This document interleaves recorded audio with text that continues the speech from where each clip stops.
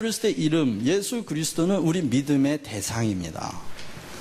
존재와 성품, 능력은 뭘까요? 그것은 믿음의 내용이에요. 그러니까 결국 우리가 뭘 믿느냐? 예수님을 믿는데 내용이 뭐냐? 그분이 누구냐? 존재. 그분의 성품이 뭐냐? 그리고 그분이 하시는 능력으로 하시는 일이 뭐냐? 이겁니다. 그걸 믿는 거예요. 그래서 예수님 뭐라 그래요?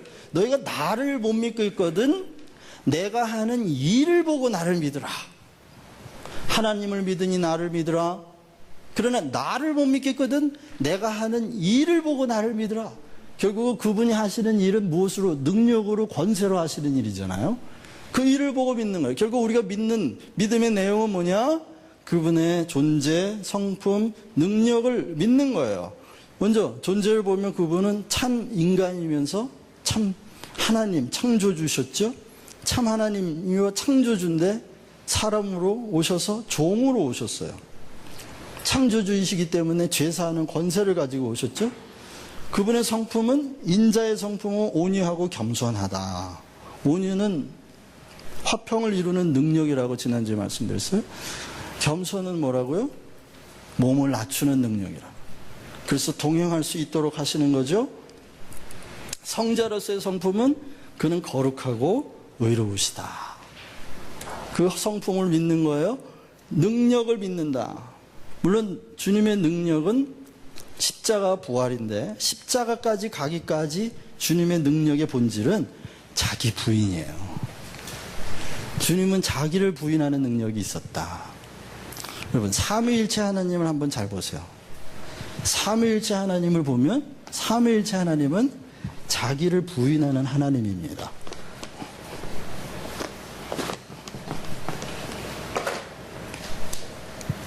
성부 하나님,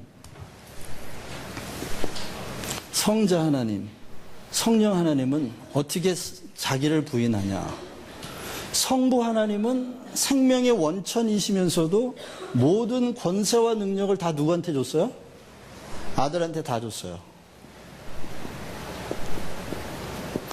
그래서 예수님이 그러시죠? 아버지의 것은 다 내 것입니다. 아버지의 권세는 다 내 권세입니다. 인자가, 내가 인자로 오매 아버지께서 나에게 모든 권세를 다 주셨습니다. 성부 하나님은 모든 능력과 권세를 아들에게 다 주는 방식으로 자기를 부인해요. 자, 아들 하나님은 능력과 권세를 다 가지고 아버지께 순종하는 방식으로 자기를 부인해. 성령 하나님은 동일 본질 하신 하나님인데 하늘 보좌에 앉아 계신 분은 누구하고 누구예요? 아버지와 아들이 보좌에 같이 앉아 계셔. 성령은 보좌에 안 계셔요. 성령은 어떻게 해요? 보좌에서 흐르는 생수로 계셔요. 그래서 어떻게 만국을 소성케 하는, 이분도 하나님이니까 보좌에 앉으실 수 있는 분이잖아요. 이분도 하나님이니까 자기 이름을 가질 수 있잖아요. 자기 이름이 없어요. 성령님은 이름이 없어. 그냥 성령이란 말은 이름이 아니에요. 거룩한 영이란 뜻이지.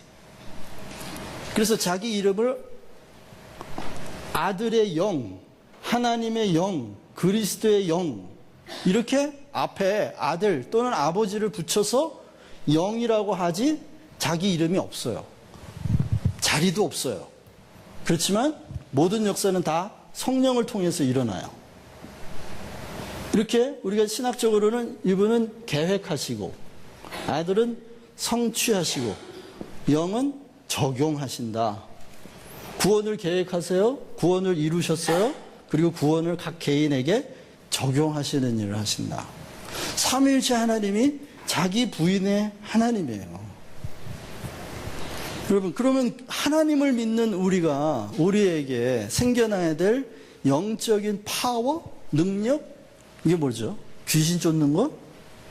그거는 주어진 권세로 저절로 되는 거예요, 여러분. 그걸 막 연습해가지고 하는 게 아니에요.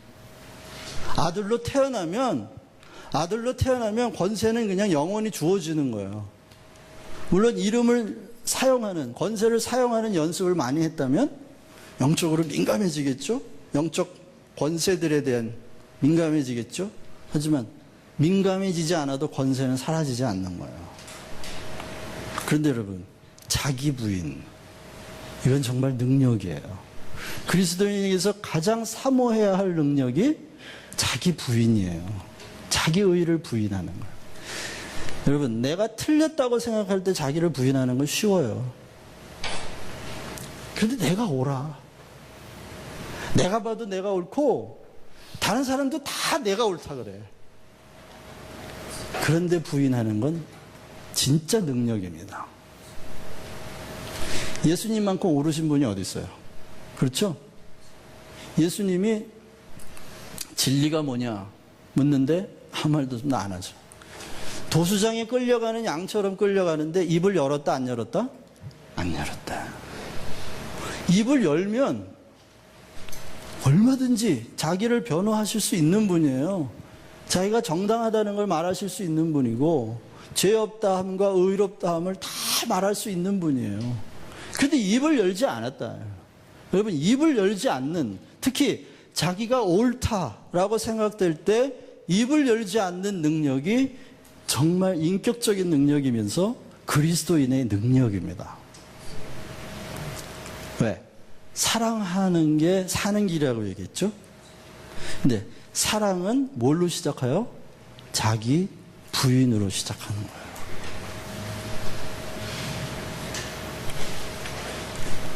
그래서 예수님이 제자들에게 그런 말 하잖아요. 누구든지 내 제자가 되려고 하다 어떻게 해요? 자기 십자가를 지고 자기를 부인하고 나를 따르라.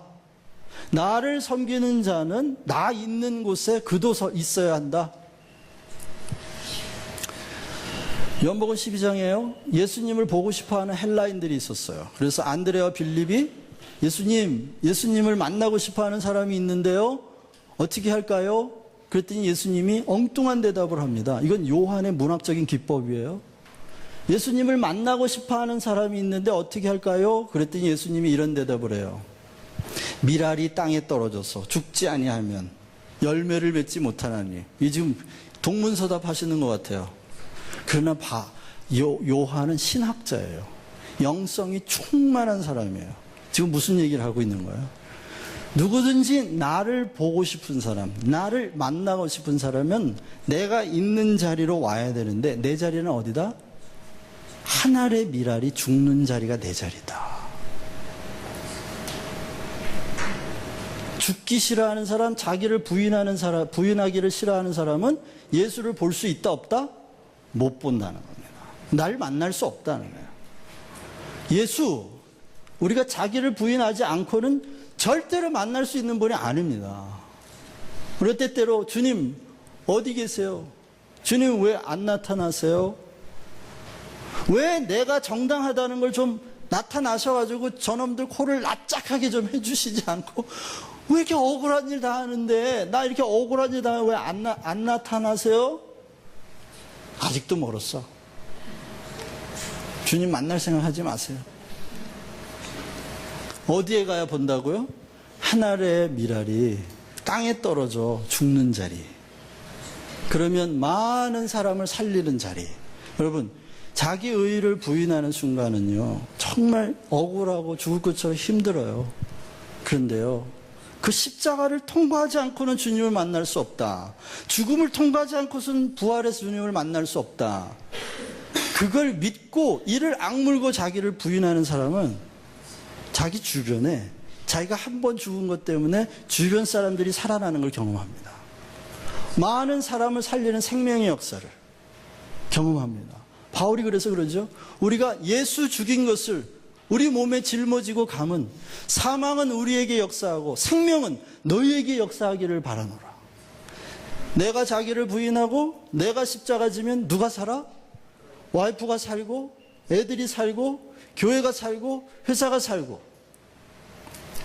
한 가지 안타까운 건요, 제가 봉해지로 와가지고 한 가지 안타까운 건 이 상파울로 브라질을 축복하는 그리스도인들이 별로 없다는 거예요.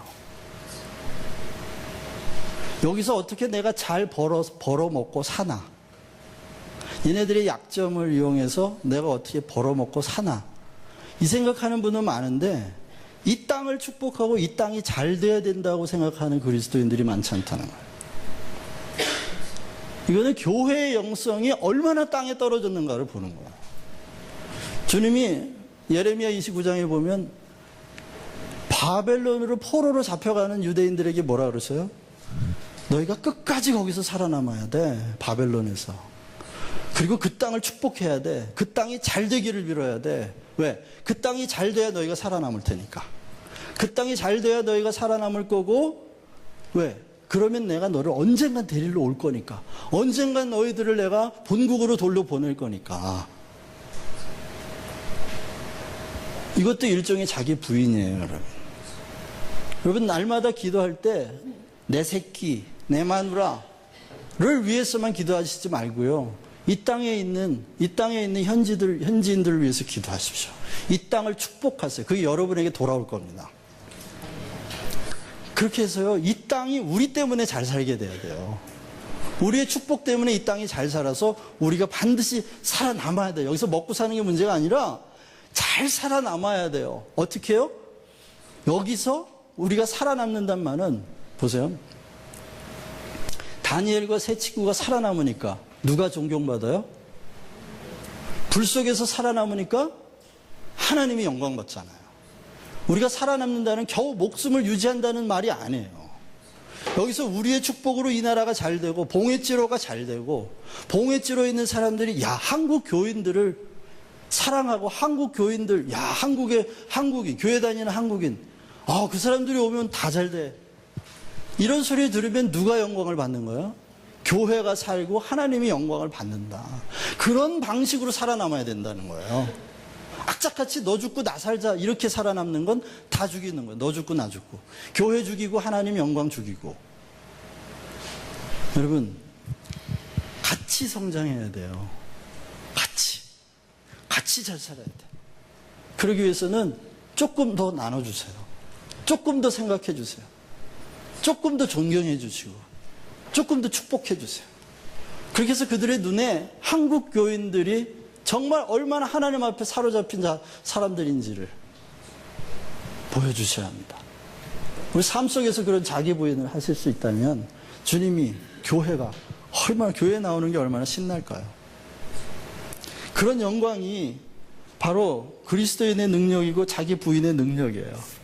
바로 그런 자기 부인을 통해서 십자가는 하나님의 사랑을 확증한 사건이 되었고 부활하신 그 사건은 하나님의 의가 완성되는 생명의 질서가 완전히 회복되는 역사를 이루게 된 겁니다. 천국 사상은 시간이 없어서 다음 주에 하도록 하고요. 마지막으로 여러분 수고하셨고요. 한숨 소리가 나오는데 어디서 힘드셨죠? 죄송합니다. 그러나 우리가 이 공부를 하는 것은요, 정말 이 전체 구조를 여러분 머릿속에 기억하실 수 있기를 바라요. 그래서 이 전체 구조가 자동차 구조를 기억하듯이 머릿속에 남고 마음속에 남아가지고 이것이 구조적으로 우리를 바꿔가기를 원합니다. 우리 생각의 구조 자체를 바꿔가야만 합니다. 우리가 추구해야 될 능력이 뭐고, 우리가 추구해야 될 권세가 뭐고, 우리가 추구해야 될 축복이 무엇인지를 이제 알아가실 수 있기를 원합니다. 우리 기도하고 마치겠습니다.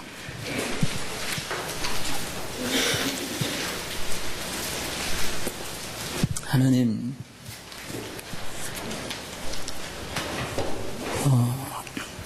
저희들을 하나님의 자녀로 삼아주신 영광을 감사합니다. 우리가 하나님의 자녀로 그 권세에 있는 이름을 사용하면서 살기를 원합니다. 순간순간 그 이름을 사용할 수 있는 지혜를 주시고 우리가 하나님